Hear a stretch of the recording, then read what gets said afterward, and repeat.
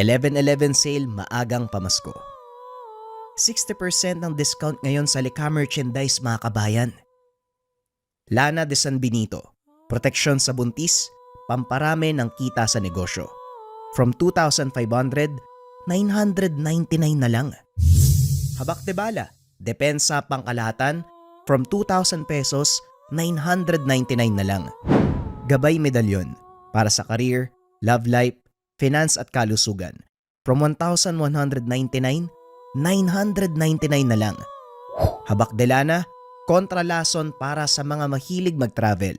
From 999 to 899 na lang. At syempre hindi mawawala ang mga pampaswerte bundle. Bundle 1, Mantra Bracelet, Kandili Bracelet version 1. Bundle 2, Mantra Bracelet, Kandili Bracelet at Gabay Medalyon. Promo runs hanggang 15 ng 11:59 PM. Pero yung stocks sa Lika merchandise hindi natin alam kung gaano katagal. As of now, nag-check kami sa Lika merchandise, half na ng stocks natin ang naubos, kaya check out nyo na habang meron pa.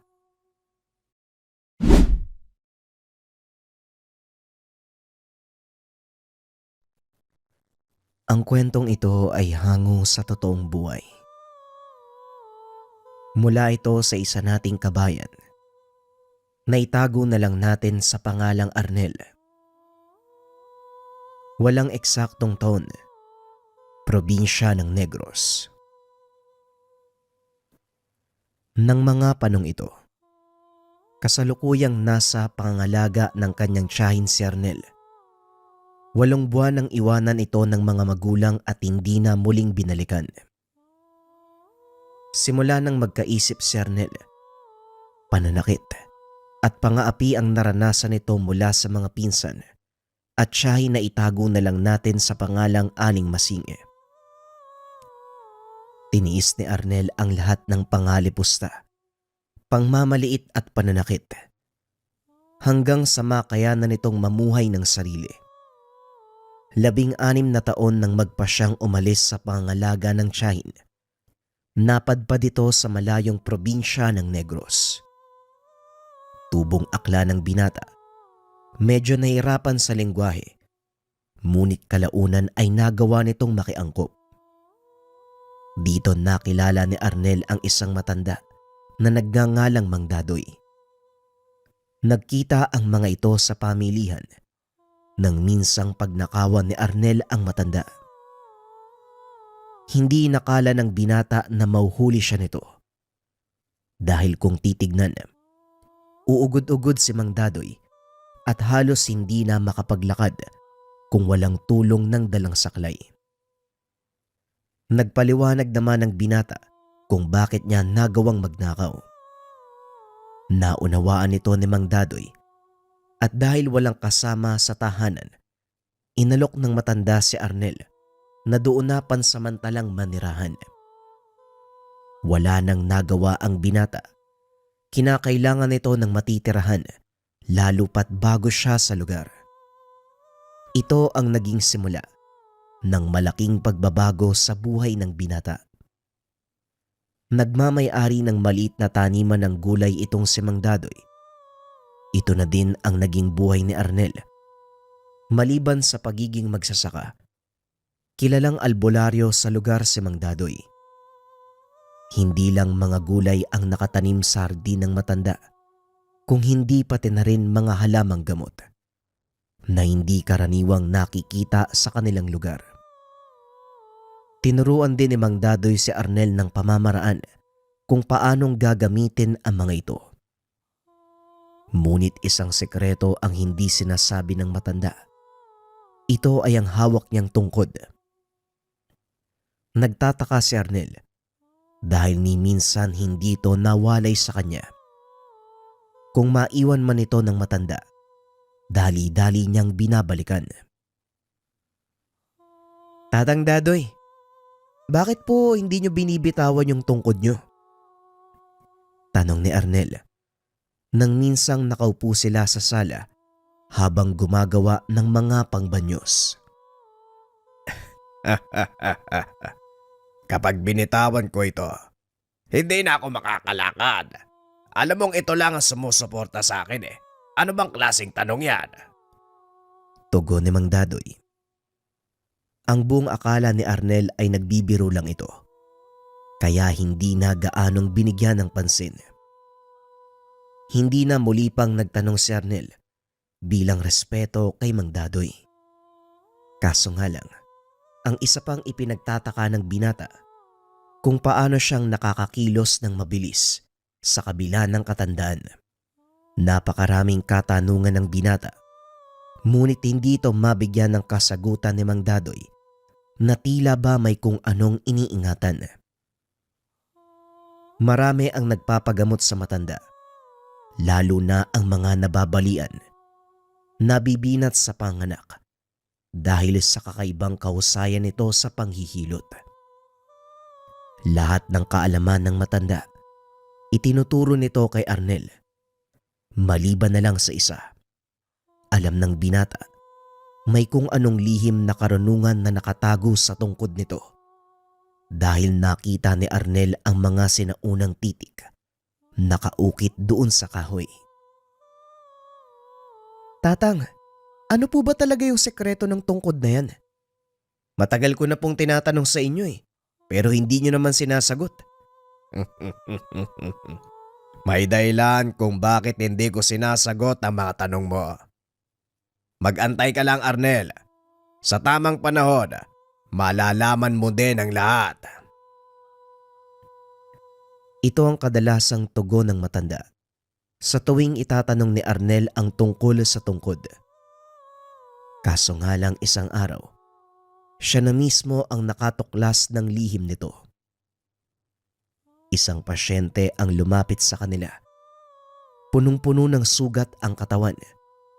Tila nabubulok na rin ang ilang daliri nito sa kamay at paa. Ang buong akala ng kaanak ay ketong ito. Ngunit walang nakitang indikasyon ang mga eksperto. Ayon pa sa mga ito, pangkaraniwang sugat lang ang natamo ng pasyente na dulot ng maruming tubig. Kaso nga lang, hindi ito gumagaling. Kahit anong gamot pa at pangbanyos ang kanilang ilagay. Ayon din sa mga kaanak, inabot na ng milyong piso ang kanilang nagastos sa pagpapagamot sa sugat nito. Kaso nga lang, lahat ng ginawa ay wala ring nangyari. Kaya nagpasya ang mga ito na dalhin siya sa isang manggagamot. Nakatayo lang si Arnel sa tabi ng matanda. Inaantay kung ano ang iuutos. Laking gulat ng binata dahil biglang inabot ni Mang Dadoy ang tungkod sa kanya. Hawakan mo ang tungkod ko, Arnel. Kailangan ng 2 kamay sa gagawin kong ito. Wika ni Mang Dadoy. Inabot naman ito ng binata. Naramdaman ang mahinang kuryente, dahilan para mabitawan ang tungkod. Tinignan ni Mang Dadoy si Arnel. Dali-dali namang dinampot ng binata ang tungkod. Pasensya na po, tatang. Hindi ko po sinasadyang bitawan Nagulat ako kasi. Wika ni Arnel. Hindi niya naituloy ang sasabihin dahil dinuktungan ito ng matanda. Walang problema. Ngayon tumayo ka sa gawing yon. Huwag na huwag kang aalis. Wika ni Mang Dadoy. Sinunod naman ito ng binata sa pag-aakalang nagalit sa kanya ang matanda. Tama ang naging desisyon nyo nang dalhin dito ang pasyente. Hindi malulunasan ng doktor ang kanyang karamdaman. Arnel, pumunta ka sa Ardin. Dalhin mo ang tungkod ko at hayaan mong ituro niya sa'yo ang halamang gamot na dapat mong kunin. Wika ni Mang Dadoy. Dali-dali namang lumakad ang binata at laking gulat ni Arnel. Kusang kumilos ang tungkod na tila dinadala siya sa isang lugar. Ilang sandali pa ay huminto ito sa paglalakad habang nakaturo sa isang halaman. Kulay asul ang bulaklak. Dali-dali itong binunot ng binata at dinala pa uwi. Pagdating sa tahanan, Inabot niya ito kay Mang Dadoy. Tatang, heto na po yung halamang gamot na pinapakuha nyo. Bakit binibigay mo sa akin? Hindi ba may batas tayo dito? Kung sino ang kumuha, siya ang gagawa. Kaya bilisan mo na. Katasin ang bulaklak ng halamang yan. Tugon ni Mang Dadoy. Hindi ito ang unang beses na gumawa ng gamot si Arnel.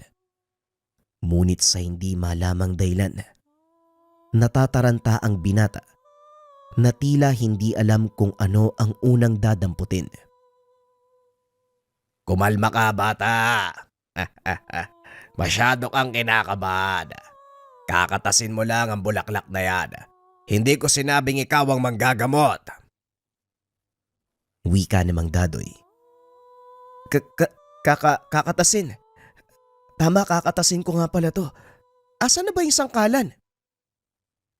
Wika ni Arnel habang paikot-ikot sa sala. Ano bang gagawin mo sa sangkalan? Ang lusong at halo ang kunin mo. Dikdikin mo ang bulaklak at pigain. Ano ba naman yan? Wika ni Mang Dadoy. Dali-daling pumunta sa kusina si Arnel. Sinimulang gawin ang inuutos ng matanda. Matapos niya itong pigain, dinala ng binata ang katas nitong malaube sa matanda. Magaling, Arnel. Salamat Makakaupo ka na. Wika ni Mang Dadoy. Pinagpapawisan pa rin ng malamig ang binata habang nakaupo at pinapanood ang ginagawa ni Mang Arnel. Inihalo nito sa langis na pangbanyos ang katas ng bulaklak. Biglang humalimuyak sa buong tahanan ang napakabangong sangyo. Dinasala ng matanda ang mangkok na naglalaman ng pinaghalong katas ng bulaklak at lana. Sabay pahid sa katawan ng lalaki. Napapasigaw sa sakit ang pasyente, ngunit pilit itong sinasabihan ni Mang Dadoy na huminahon. Pisin mo lang. Dahil susunugin ang katas ng halamang gamot na yan ng anumang insektong inilagay na mambabarang sa iyong katawan. Nga pala, Arnel, kunin mo ang dahon ng halaman. Kailangan ko ng 9 na piraso. Itapat mo sa baga at lagyan ng lana. Wika ni Mang Dadoy. Dali-dali namang tumayo si Arnel. Sinunod ang utos ni Mang Dadoy. Ilang sandali lang ay nakabalik ang binata. Dala ang 9 na dahong nilagyan ng lana. Itinapal ito ng matanda sa katawan ng pasyente. At sa hindi malamang dahilan, tila unti-unting natutuyo ang mga sugat nito. At sa tuwing aalisin ni Mang Dadoy ang mga dahon, sumasama ang mga tuyong balat ng pasyente. Nanlaki ang mga mata ni Arnel dahil nawala ang lahat ng mga galos at sugat sa katawan ng lalaki. Maging ang mga daliri nitong nabubulok na, unti-unting bumabalik sa normal. Unti-unting gumagaling. Gabi na nang matapos ang gamutan, kinausap ni Mang Dadoy ang pasyente. Habang si Arnel naman, nagliligpit na mga ginamit ng matanda sa panggagamot. Matapos maibigay ang lahat ng panuto, binigyan din ng matanda ng pangontra ang pasyente bago ito magpaalam sa kanila. Mabuti naman at nagawa niyong pagalingin yung pasyente, tatang. Ay nako, salamat natapos din. Hindi pa tayo tapos, Arnel. Gusto mo bang manghuli ng salagubag? Salagubang? Gabi na po Baka pwedeng ipagpabukas na lang natin. Hindi ko na maaaring ipagpabukas dahil tuluyan nang mawawala ang bisa ng gawa kong dasal. Nakatakas din ang mga kulisap na ginamit ng mambabarang. Hindi na natin siya mauhuli pag nagkaganon. Nagulat ang binata sa sinabi ni Mang Arnel. Ito ang unang pagkakataon na makakainkwentro ng totoong mambabarang si Arnel. Ni Sainagap, Hindi nito inakalang totoo ang mga ito. Mambabarang tatang, naku mukhang delikado yata yan ah. At saka, bakit ka naman manguhuli ng mambabarang? Mambabarang ang nagbigay ng sakit sa taong yon. Kung hindi natin siya pupuksain, hindi rin gagaling ang sugat ng pasyente. Walang kwenta ang ginawa nating panggagamot kung hindi natin ito tatapusin. Wika ni Mang Dadoy. Wala nang nagawa si Arnel kung hindi ang sumunod. Ngunit napagtanto nito, hawak pa rin niya ang tungkod. Nanlaki ang mga mata nang makitang naglalakad ng mabilis ang matanda palabas ng tahanan. Dali-dali niya itong sinundan at tinawag. Tatang, sandali lang! Yung tungkod niyo! Wika ni Arnel. Sinabi ko bang iabot mo sa akin? Ala sige, ikaw ang magdala niyan hanggang sa makarating tayo sa tahanan ng mambabarang. Tugon ni Mang Dadoy. Hindi maunawaan ni Arnel ang gustong gawin ng matanda. Kaya naman habang naglalakad, kinausap niya ito. Tatang Dadoy, kung kalokohan na naman yung nasa isip niyo, hindi na ho nakakatuwa ah. Gabi na ho oh. Naglalakad ba tayo sa gitna ng kagubatan? Wika ni Arnel. Hindi kalokohan ang tumulong sa iba at pumuksa ng mga taong perwisyo ang dulot sa kapwa. At isa pa, hindi ba gusto mong matutunan ng lahat? Pues ito na ang pagkakataon. Bago ko ituro sa iyo ang sekreto ng tungkod, ipapakita ko muna kung ano ang kaya nitong gawin. Wika ni Mang Dadoy. Hindi na nakapagsalita si Arnel. Nagpatuloy lang ito sa pagsunod kay Mang Dadoy hanggang sa makarating sila sa kabisera. Dito lang pala tayo pupunta. Bakit kailangan pa nating dumaan sa gubat, tatang? Yan tuloy, nagkaputik pa tayo. Sinundan ko lang ang salagubang na yan. Sa gubat siya dumaan dahil inililigaw niya tayo. Alam mo Arnel, ang unang hakbang sa pagtunton ng mga mambabarang ay ang hindi pagsuko. Ngayon, nakikita mo ba ang bahay na yan? Wika ni Mang Dadoy habang nakaturo sa isang lumang bahay. Opo tatang, yan na po ba yung bahay ng mambabarang? Hindi. Yan ang pinakalumang bahay dito sa bayan. Ayon ang bahay ng mambabarang nasa kabilang kanto. Tara, puntahan natin ang matapos na ito. Wika ng matanda. Napakamot si Arnel dahil nagawa pang magloko ni Mang Dadoy. Sa kabila ng katotohanan, mapanganib ang kanilang pakay sa lugar. Pagdating sa sinasabing bahay ng matanda, inutusan nito si Arnel na kumatok gamit ang tungkod. Ikaw ang kumatok, gamitin mo ang tungkod. Tandaan mo Arnel, wala kang hahawakang anumang parte ng tahanan na yan. Huwag kang mag-iiwan ng bakas. Ultimo putik sa tsinelas mo. Tanggalin mo. Bago ka tumungtong sa kanilang atangan. Mamaya ka na magtanong. Sundin mo na lang ang sinasabi ko. Wika ni Mang Dadoy. Naglakad si Arnel. Sinunod ang sinabi ni Mang Dadoy. Ipinagpag nito ang putik sa kanyang tsinelas. Kumatok gamit ang tungkod. Ilang ulit na kumatok ang binata. Maya-maya ay nagbukas ang pintuan. Isang matandang lalaki ang lumabas. Magandang gabi sa iyo, iha. Anong kailangan mo? Tanong ng matanda. Sa pagkakataong iyon, si Mang Dadoy ang sumagot. Huwag ka nang magmaang-maangan pa, Melchor. Alam mo kung ano ang pakay namin dito. Bibigyan kita ng pagkakataon.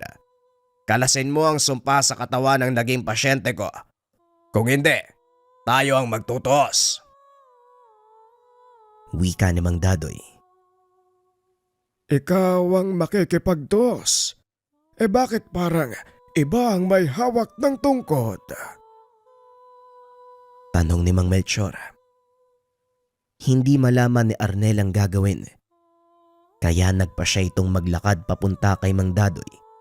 Ngunit pinigilan ito ng matanda. Huwag kang aalis sa kinakatayuan mo, Arnel. Hindi mo ba narinig ang sinabi ng matandang yan? Ikaw ang may hawak ng tungkod, kaya ikaw ang magpapasya kung ano ang gagawin. Gaya ng narinig mo, hinamon ko sa isang pagtutuos ang mambabarang na yan sa oras na hindi niya sundin ang sinabi ko. Wika ni Mang Dadoy. Bigyan mo ko ng sapat na dahilan para kalasin ko ang ginawa ko sa taong yon. Wika ni Mang Melchor. Arnel, narinig mo ba ang tanong ng matanda?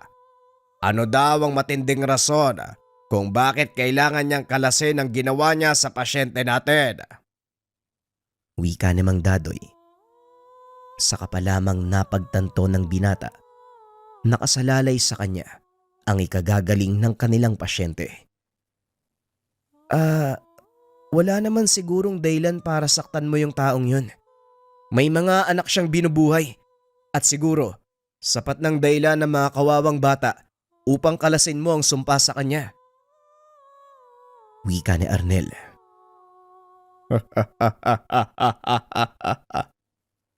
Sa akin, wala siyang personal na kasalanan. Ginawa ko lang ang utos ng taong nagbayad sa akin. Kailangan ko ring mabuhay, iho. Hindi ko alam kung ano ang nagawa niyang kasalanan sa taong iyon. Kaya mas makakabuti siguro kung ikaw na ang magtatanong. Wika ni Mang Melchor. Papasok na sana ito sa tahanan nang muling magsalita si Mang Dadoy. O sige, ganito na lang, Melchor. Makipagmatigasan ka sa akin. Tignan natin kung hanggang saan ang itatagal mo. Bibigyan kita ng isang pagkakataon. Kaso nga lang, parang mas gusto mong pahirapin ang sitwasyon natin. Gaya ng sinabi ko, wala naman akong personal na galit sa taong yon. Trabaho lang, Dadoy. Kailangan kong kumita. Tugon ng matanda. Dito na nag-init ang ulo ni Arnel. Hindi nito matanggap ang mga dahilan ni Mang Melchor. Mawalang galang na po sa inyo, Mang Melchor.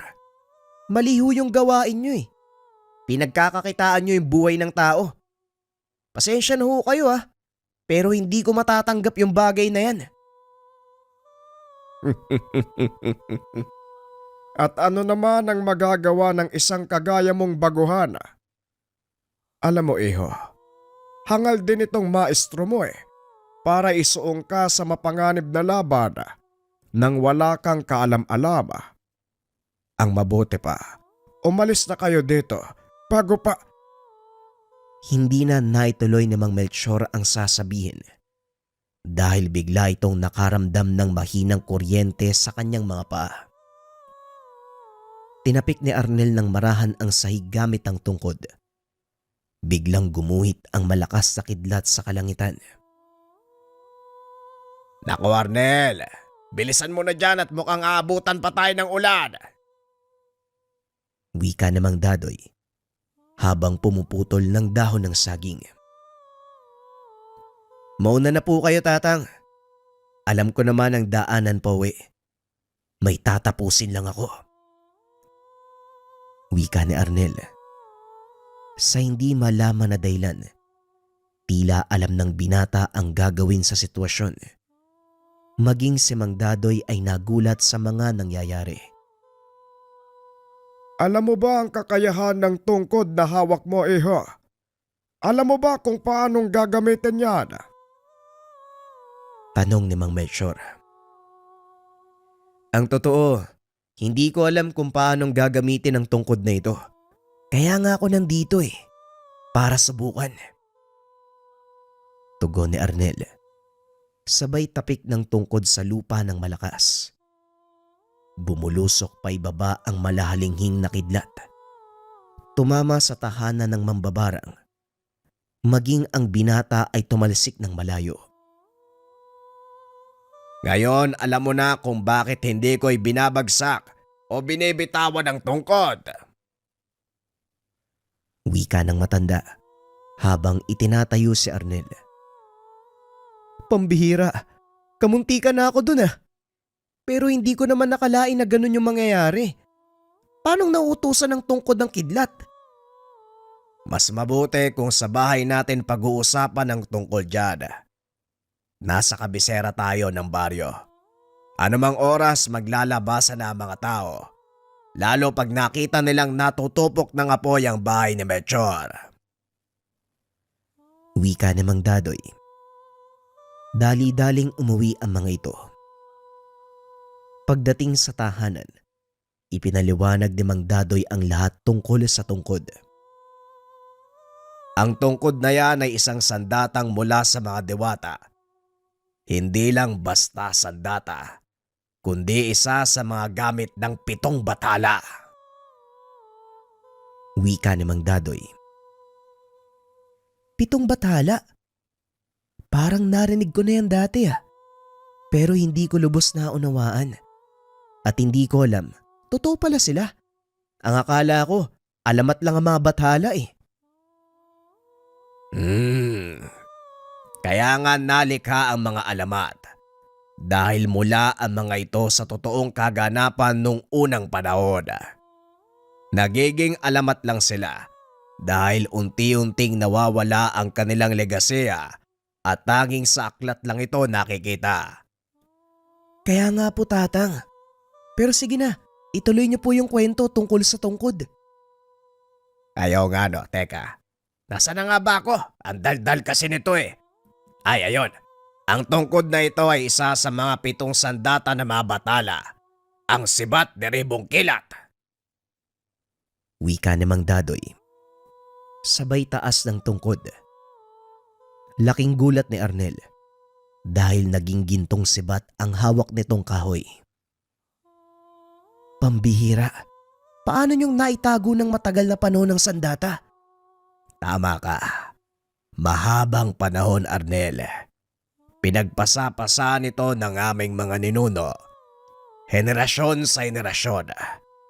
Kaso lang parang mapuputol sa akin ang mahabang linya ng pangalaga ng sandatang ito.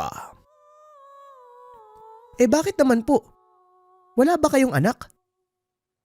Wala akong anak, Arnel. Mag-isa ako sa buhay. Simula nang tanggapin ko ang tungkulin bilang tagapangalaga, pinili ko din ang mag-isa. Masyadong mapanganib ang buhay na tinataha ko. Ayokong may madamay na mahal ko sa buhay. Nagkaroon ako ng kasintahan noon. Ang pangalan ay Narcisa. Kagaya ko, isa siyang anak ng mahusay na manggagamot.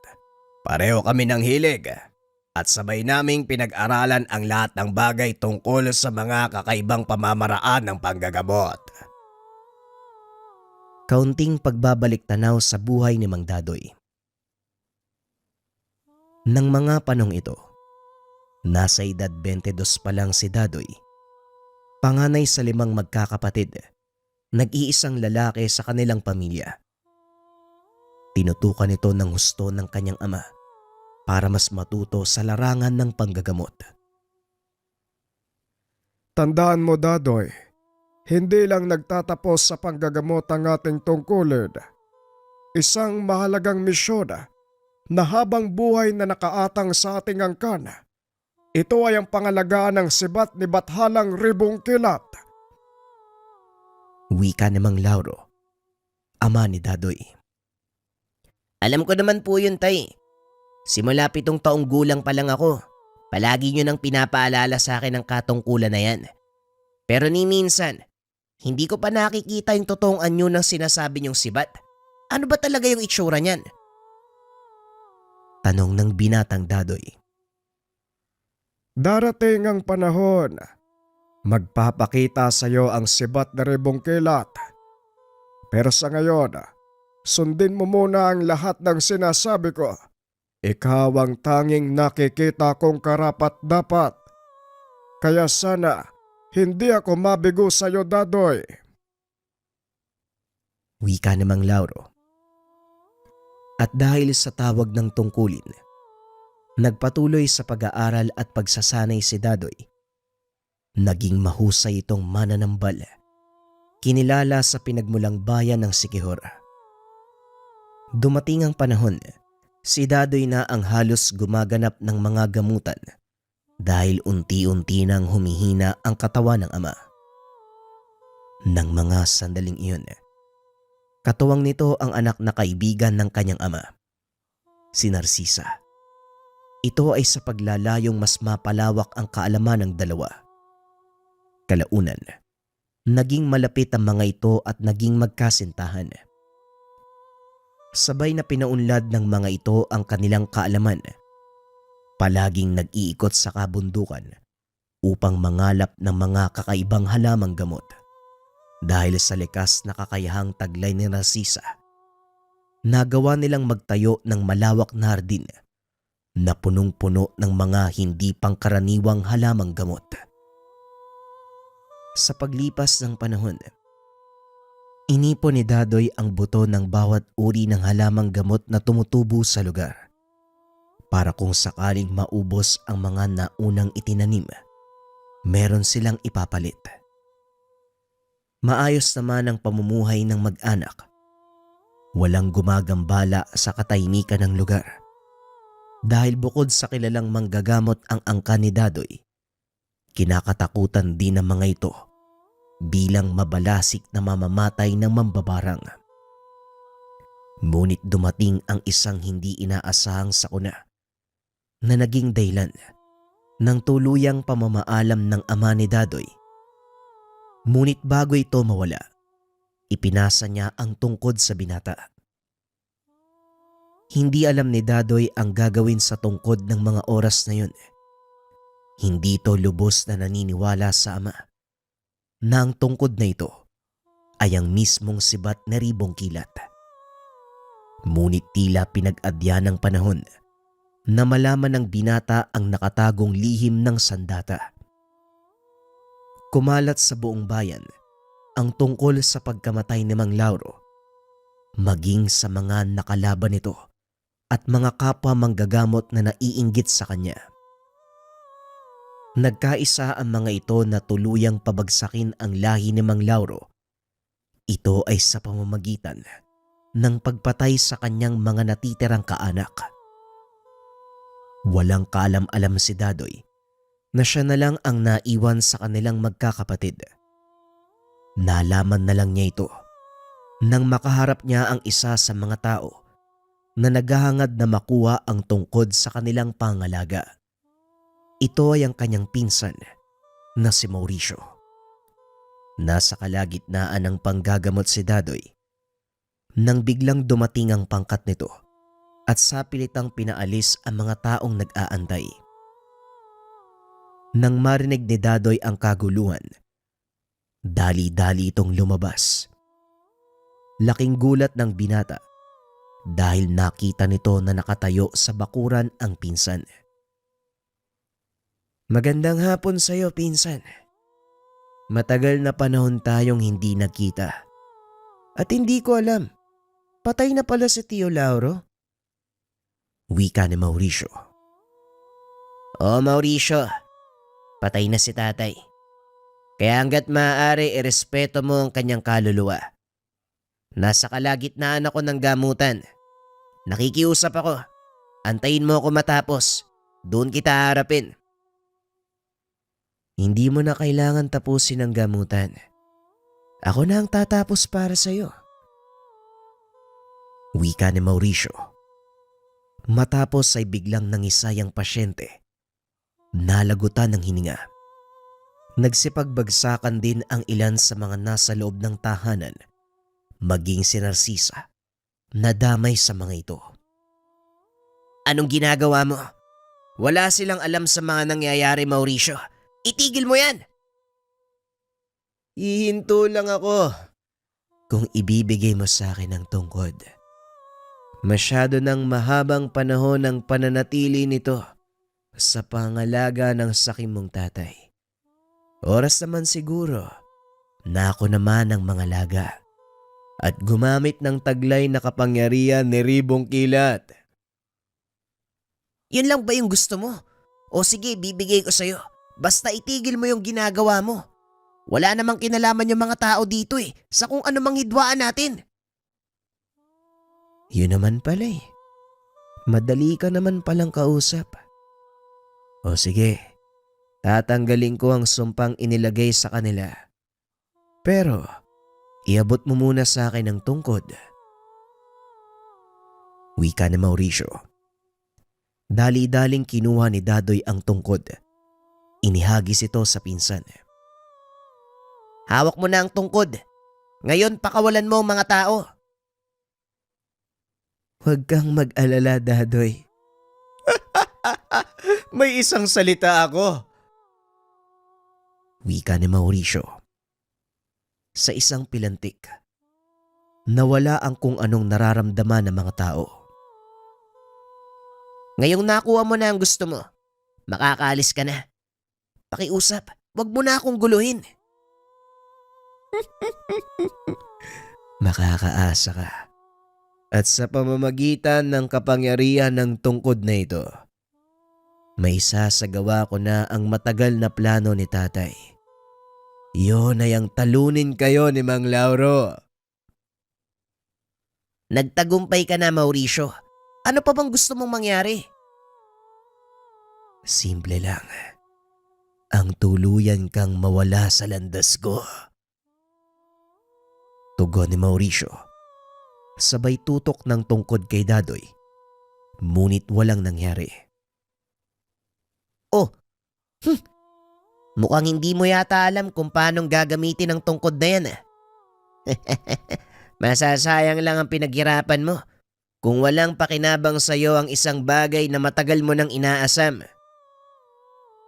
Wika ni Dadoy habang tinatayo si Narcisa at iba pang mga nasa loob ng tahanan. Delikado ang gagawin niya, Dadoy. Baka mapahamak ka Paano kung aksidente niyang matuklasan ng paggamit ng tungkod? Kilala ko ang pinsan ko. Mahina pa sa manok yung utak niyan Kung inaakala niyang maiisahan niya ako, nagkakamali siya. Wika ni Dadoy.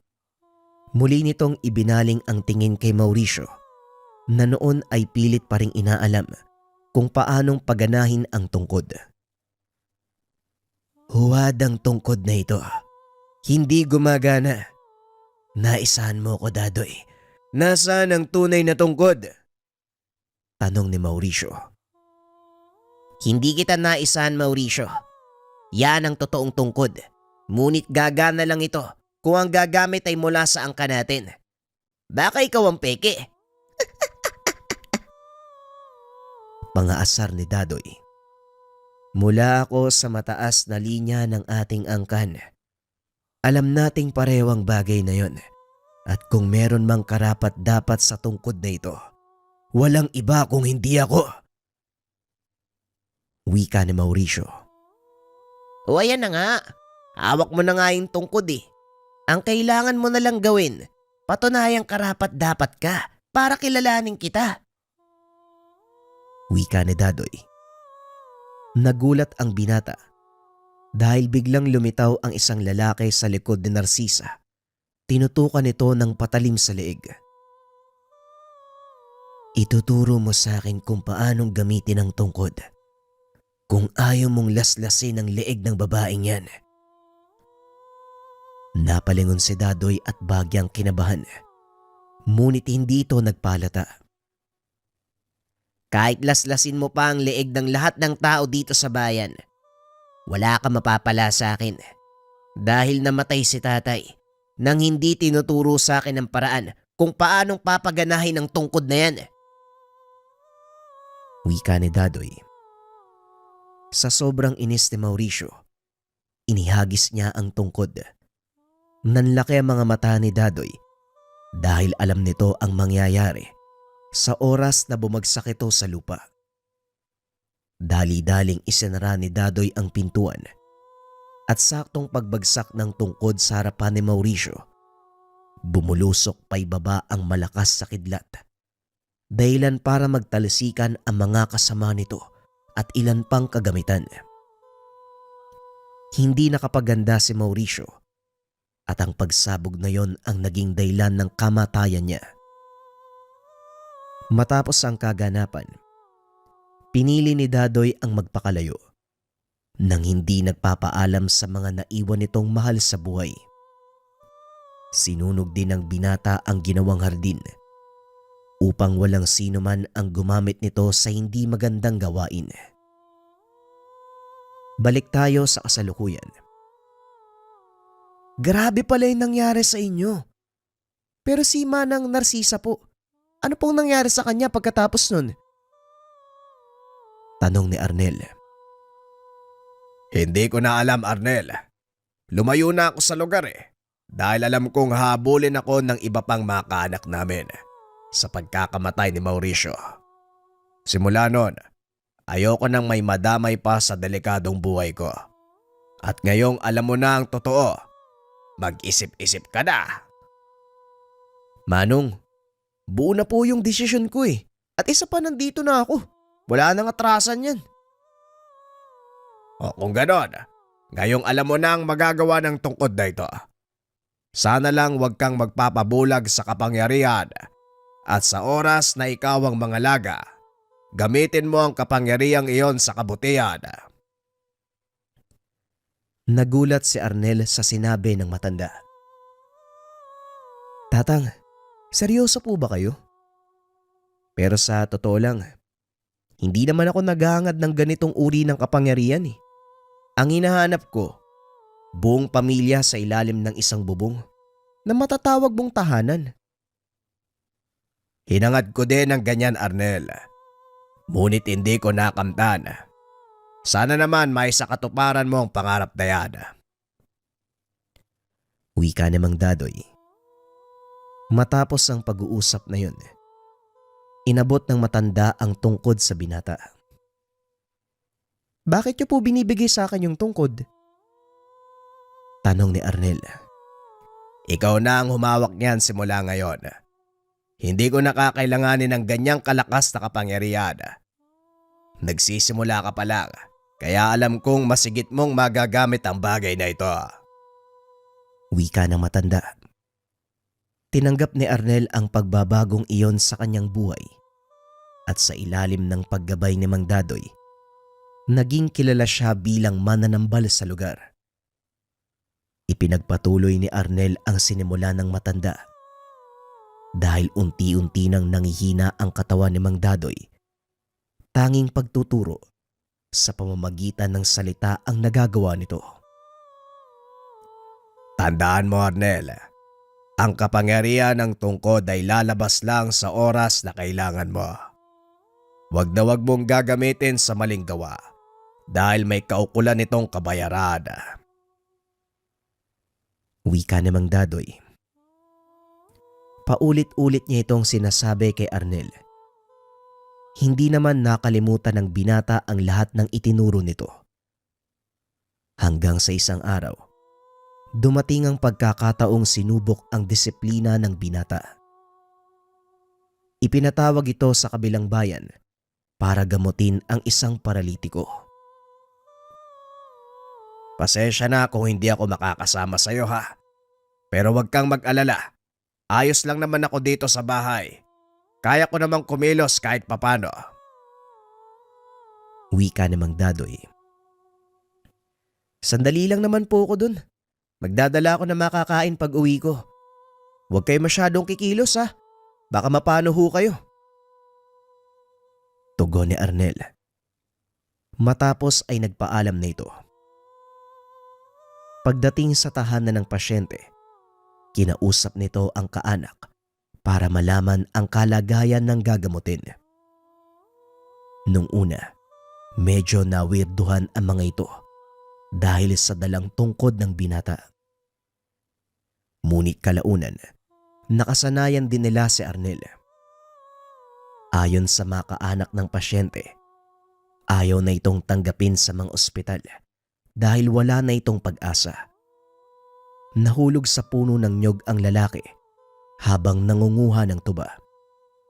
Tumama ang likod nito na naging dahilan para maparalisa ang kalahati ng katawan mula bewang paibaba. Matapos malaman ang kalagayan, sinimulan ni Arnel ang paghilot. Sa hindi malamang dahilan, nakaramdam ito ng kung ano. Lalo pa nang hawakan nito ang paa ng pasyente. Maaari niyo bang ituro ang nyog na kinahulugan ng pasyente? Tanong ni Arnel. Doon po, sa labas sa likod ng bahay. Tugon ng isa sa mga kaanak. Pinunta nito ni Arnel. Nakitang hindi naman ganong kataas ang puno ng nyog. Sa ganitong kataas na puno, kahit bumagsak ka pa na una yung likod mo, hindi ka mababalian eh. Halos 5 talampakan lang ang taas nito ah. Ganun ho ba? Ano pong nangyari sa tatay ko? Mukhang hindi pagkahulog yung dahilan eh kung bakit paralisado yung tatay mo. Sinong mga kaaway niya? Kaaway? Ang huling tanda ko, may nakasagutan siyang manginginom ng tuma. Hindi kasi nagbayad nung ininom eh. Maliban ho doon, wala na. Kilala mo ba yung taong yon? Hindi nga po eh. Parang dayo yata sa lugar namin. Pero palagi po siya sa kabisera. Kung gusto nyo, ituturo ko po. Hindi na Popoy. Ang mabuti pa, ikuha mo ko ng makapal na kumot. Basain mo, dalin mo sa akin. Wika ni Arnel. Bagaman nagtataka, sumunod naman si Popoy. Maya-maya ay dumating na ito bit-bit ang basang kumot. Itinakip ito ni Arnel sa ibabang bahagi ng katawan ng pasyente. Manong, tiisin nyo lang po ah. Makakaramdam kayo ng mahinang kuryente. Pero pagkatapos nun, dahan-dahan nyo pong mararamdaman yung ibabang bahagi ng katawan nyo. Wika ni Arnel. Tumangulang ang pasyente. Ilang segundo ang nakalipas. Bigla itong napasigaw. Idinantay ni Arnel ang dulo ng tungkod sa basang kumot at bagya itong tinapik. Ano pong nangyayari? Bakit po sumisigaw si tatay? Wala naman. Maayos na ang kalagayan niya. Maya-maya lang magkakamalay na ang tatay mo. At ilang araw makakalakad na siya. Sige mauna na ako. May lasenggo pa akong kailangang iligpit eh. Wika ni Arnel. Dali-dali itong umalis upang magpunta sa kabisera ng baryong iyon. Hinanap nito ang sinasabing tao ni Popoy. Bagaman hindi nasabi sa kanya ang pangalan, alam nito kung paanong tutuntunin ang sinasabing lalaki. Pumasok ang binata sa isang mataong kainan. May mga kalalakihang nag-iinuman at tila pinagkakatuwaan ang isang babae. Hindi ito pinansin ni Arnel dahil nakatuon ang pansin sa lalaking hinahanap. Maya-maya pa, may napaupo sa tapat ng kanyang lamesa.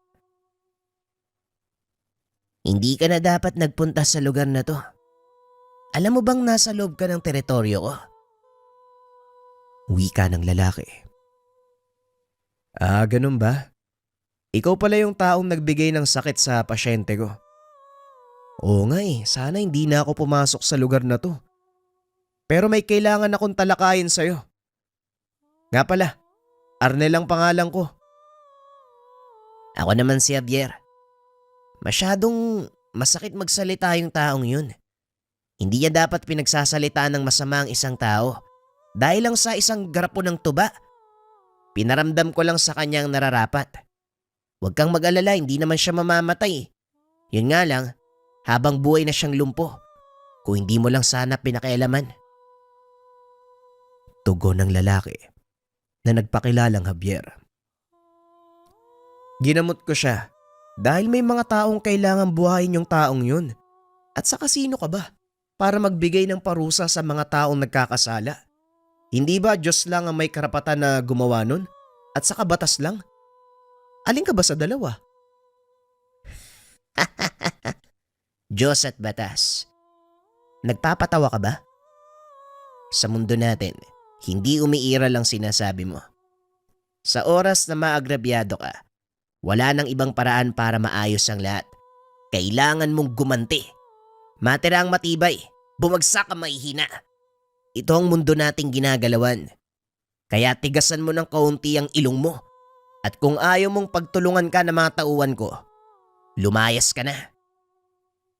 Eh paano yan? Kakarating lang ng kape ko. Pwede bang ubusin ko muna? Sayang eh. Masarap yung kape oh. Sayang kung iiwanan ko lang.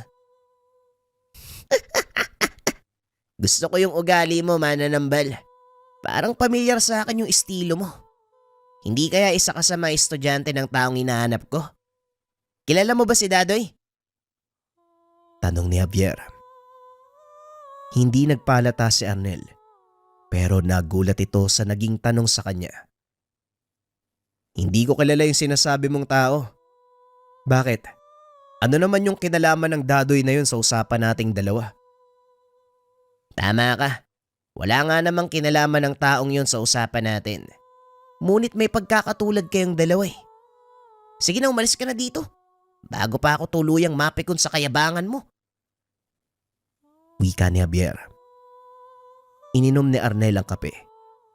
Tinitigan ng nakakaloko ang kausap. O sige, alis ako dito. Pero gusto kong tanggalin mo yung sumpa sa magtutuba. Kung hindi mo gagawin, wala ka nang maaasahang mga tauhan. Sa oras na umakbang ako palabas sa lugar na to.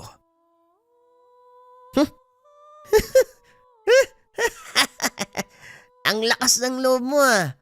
Eh paano kung ayaw ko? Desisyon mo yan eh. Wala akong magagawa. Huwag mo akong sisisihin na hindi kita binalaan. Ama ng pasensya na po ha. Ngayon pa lang hihingi na ako ng paumanhin. Wika ni Arnel. Dali-daling lumabas ng kainan ang ilan sa mga kumakain. Nang marinig ng mga ito ang sinabi ng binata. Masyado ko mayabang ah. Sige nga, tignan natin kung anong gagawin mo. Wika ni Javier. Tumayo si Arnel. Nagsimulang maglakad palabas ng kainan. Naiwang nagtatahanan si Javier, pati na rin ang mga tauhan nito. Nang makalayo ng 2 dipa ang binata, bahagya nitong tinapik sa lupa ang dulo ng hawak na tungkod. Nagbilang ng 3. Pagkatapos ay bumulusok pa ibaba ang malakas na kidlat. Nawasak ang buong kainan. Walang natira sa mga tauhan ni Javier, maliban sa kanya. Sandali lang. Ikaw nga ang hinahanap ko. Ikaw ang mag-aaral ni Mang Dadoy. Hindi ako kalaban at hindi ko ang haring sakta ng magtutuba na yon. Ginamit ko lang siya para mapalabas si Mang Dadoy. Huwag kang mag-alala. Papagalingin ko siya pero isama mo ako sa chewing ko. Tsuhin. Sa pagkakaalam ko, wala nang natitirang kaanak si Tatang Dadoy. Kaya huwag kang magsinungaling. Hindi nga ako nagsisinungaling. Dalin mo ako sa kanya at siya mismong magpapatunay ng lahat ng sinasabi ko. Huwag kang gagawa ng kahit anong kalokohan kung ayaw mong tapusin kita. Pangako, wala akong gagawing masama. Saka yung mga taong yun, hindi ko naman talaga sila mga tauhan eh. Hindi ko nga kilala yung mga yan eh. Baliw ka pala eh. Tignan mo tuloy yung nangyari. Mabuti na lang walang napuruhan sa mga yan. Halika na nga, umalis na tayo dito. Tugon ni Arnel. Sabay karipas ng takbo. Ilang sandali pa, narating ng mga ito ang tahanan ni Mang Dadoy. Nakaupo ang matanda sa atangan ng bahay. Nang makita ito ni Javier, dali-daling tumakbo ang binata upang yakapin ito. Tito Dadoy, salamat sa Diyos at buhay ka pa. Ako to si Javier. Alam ko, mabuti naman at nahanap mo ako. Ano Javier, kumusta ka na? Wala na pong oras. Kailangan na nating umalis dito. Sa mga sandaling ito, Tiyo, alam na ni Tiyo Franco ang kinaroroonan mo. Hayaan mo siyang dumating, Javier. Nang matapos na ang lahat ng ito. Arnel, amin ang tungkod. Hindi ikaw ang dapat tumapos ng labang ito. Kagad inabot ni Arnel ang tungkod sa matanda. Laking gulat nito. Biglang lumakas si Mang Dadoy. Ano po ba ang nangyayari, Tatang? May kinalaman pa din ba to sa away ng pamilya nyo? Oo, Arnel. At ako ang dapat tumarap sa kanila.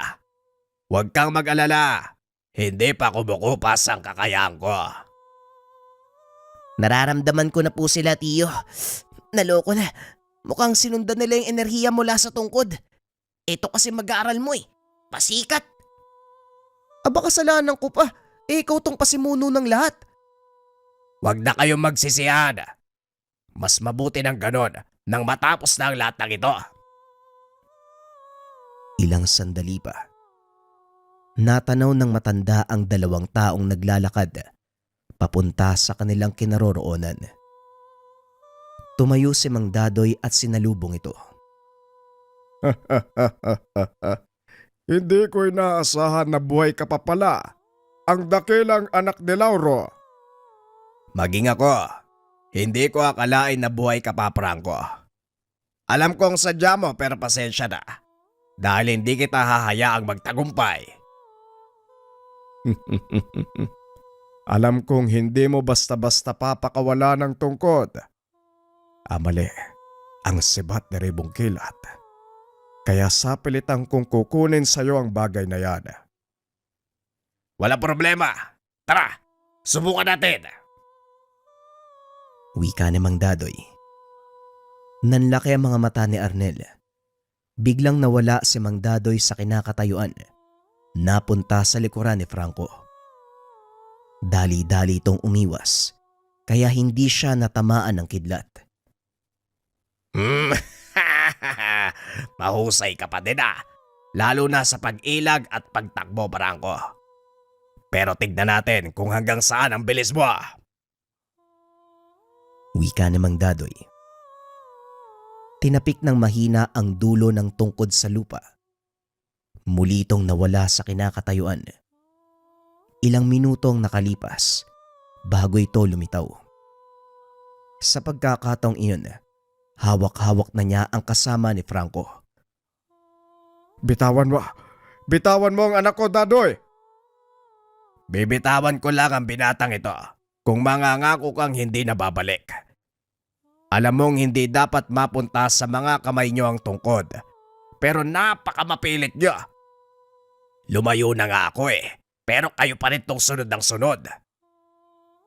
Kailangan ko ang kapangyarihan ng tungkod, Dadoy, para ibalik ang aking asawa. Baliw ka, Franco. Hindi na may babalik si Narcisa. Bakit hindi mo na lang tanggapin na wala na siya gaya ng ginawa ko? Hindi, Dadoy. Hindi ako tutulad sa'yo. Tinalikuran mo siya at iniwanan. Hindi mo alam kung anong nangyari sa kanya simula nang umalis ka. Kahit kinasal kami, ikaw pa rin ang laman ng isipan niya. Bagay na lalo kong ikinagalit. Dahil sa kahit anong aspeto, hindi ako nanalo sa'yo. Wika ni Franco sabay sugod. Dali-daling itinulak ni Mang Dadoy ang hawak na binata dahil idadamay niya ito sa pagsaksak sa matanda. Sa kasamaang palad, kasamang nabitawan ni Mang Dadoy ang tungkod. Swerteng napunta ito sa paanan ni Arnel. Dali-dali itong dinampot ng binata at hinampas sa lupa. Sunod-sunod na kidlat ang tumama kay Franco na naging dahilan ng kamatayan nito. Tumayo ang binata, bumunot ng sandata. Pinatay mo ang tatay ko. Wika ng binata sabay sugod, ngunit hinarangan ito ni Tatang Dadoy. Abel, tumigil ka na. Huwag mo nang dagdagan pa ang nawala sa ating pamilya. magtigil ka na sa paghahangad ng kapangyarihang ito. Hindi napasa kamay ng angka natin ang tungkod para pagharian ang mundo ng mga tao, kung hindi para maiwasang mapunta ito sa mga maling kamay. Iniatang sa atin ang pangangalaga ng tungkod, hindi para maging kapangyarihan, kung hindi para pangalagaan ito. Hindi para sa mga mortal ang kapangyarihang taglay ng tungkod na ito. Tignan mo ang maaaring gawin sa kapaligiran. Maling-mali ang iniisip nyo. Nang itinalaga ang pamilya ni Tatang Dadoy bilang tagapangalaga, kailanman hindi naging sakim sa kapangyarihan ng kanilang angkan. Dahan-dahang kumalma ang binata. Binitawan ni Abel ang sandata. Napagtanto na tama ang sinabi ni Arnel. Tama ka. Sa totoo lang tinatanong ko rin yung sarili ko kung bakit ako sumasang-ayon sa kagustuhan ni tatay. Huli na ang lahat para sabihin ko pa. Hindi na sana ako nakinig. Wala na ako magagawa Wala na ang aking ama. Nawala man ang tatay mo, hindi ka naman nag-iisa. Nandito si Mang Dadoy Nandito rin si Javier. Pag-uusap ng dalawa. Matapos ang kaguluhang iyon, tuluyang nagkasundo ang magkaanak. Kinausap din ni Mang Dadoy ang ilan pang natitira sa kanilang angkan. Muling nakipagkasundo sa mga ito. Si Arnel naman, ipinagpatuloy ang kanyang panggagamot kasama si Javier at Abel. Lahat ng ito ay sa ilalim ng pagtuturo ni Mang Dadoy. Naging mahusay na mananambal ang tatlong binata. Sa paglipas ng mga taon, tuluyang na maalam si Mang Dadoy. Napagpasyahan ng mga kaanak na isama sa kanyang hukay ang tungkod. Nang sa ganon, wala nang magangad ng kapangyarihan nito. Inilibing ang mga labi ng matanda sa mismong bakuran ng kanilang tahanan para masiguradong walang sino man ang makakakuha. Ilang taon ang nakalipas, tuluyang nakalimutan ang tungkol sa tungkod. Ngunit hindi makakalimutan ng mga kaanak ni Arnel ang kwento ni Mang Dadoy, ang tagapag-ingat ng sibat na ribong kilat. 11/11 sale maagang pamasko. 60% ng discount ngayon sa Lika merchandise mga kabayan. Lana de San Benito, proteksyon sa buntis, pamparami ng kita sa negosyo. From 2,500, 999 na lang. Habak de bala, depensa pangkalahatan, from 2,000 pesos, 999 na lang. Gabay medalyon para sa career, love life, finance at kalusugan. From 1,199, 999 na lang. Habak de lana, kontralason para sa mga mahilig mag-travel. From 999 to 899 na lang. At syempre hindi mawawala ang mga pampaswerte bundle. Bundle 1, Mantra Bracelet, Kandili Bracelet version 1. Bundle 2, Mantra Bracelet, Kandili Bracelet at Gabay Medalyon. Promo runs hanggang 15 ng 11:59 PM. Pero yung stocks sa Lika merchandise hindi natin alam kung gaano katagal. As of now, nag-check kami sa Lika merchandise, half na ng stocks natin ang naubos, kaya check out nyo na habang meron pa.